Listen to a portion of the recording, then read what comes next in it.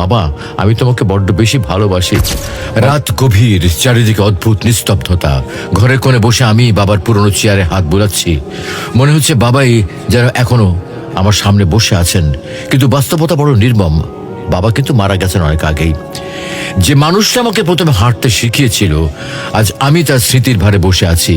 বাবা সবসময় বলতেন, তুই বড় হবি, জীবনে অনেক কিছু করবি। কিন্তু এখন আমি যত বড়ই হই না কেন, বাবার স্নেহ ভরা হাত আমার মাথার উপরে নেই। বাবা ছিলেন পরিবারের ছায়া। নিজের চাহিদাগুলো দমিয়ে আমাদের জন্য দিন রাত পরিশ্রম করতেন। বাবা বরাবরই পুরনো জুতো পরে অফিসে যেতেন। রাতে ক্ষুধার কথা লুকিয়ে বলতেন, আমি খেয়েছি, তুই খেয়ে নে বাবা। এমন মানুষ কিভাবে চলে যায় চিরতরে? আজ বাবার কবরের পাশে বসে মনে হলো, আমরা কত কিছু বাবাকে বলার সুযোগ হারিয়ে ফেলি।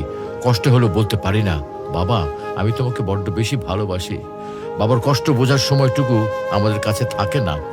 আর যখন বোঝার চেষ্টা করি, তখন বাবার থাকে না। বাবা হাতছাড়া হয়, এখন বুঝি বাবা শুধু একজন মানুষ নয়, তিনি ছিলেন আমাদের জীবনটাকে সুন্দর করে তোলার জন্য প্রেরণা। আজ আমি হয়তো সফল, কিন্তু বাবার সেই গর্বিত মুখটা আর কখনো দেখতে পাবো না। বাবা জীবিত থাকতেই তার মূল্য বোঝা জরুরি। তাকে ভালোবাসার কথা জানানো, তার কষ্ট ভাগ করে নেওয়া, এগুলো আর পরে কখনো করা যায় না। যাদের বাবা এখনো আছেন তাদের বলি, বাবাকে আগলে রাখো, কারণ একবার তিনি চলে গেলে সেই শূন্যতা জীবন আর কখনো পূরণ হবে না।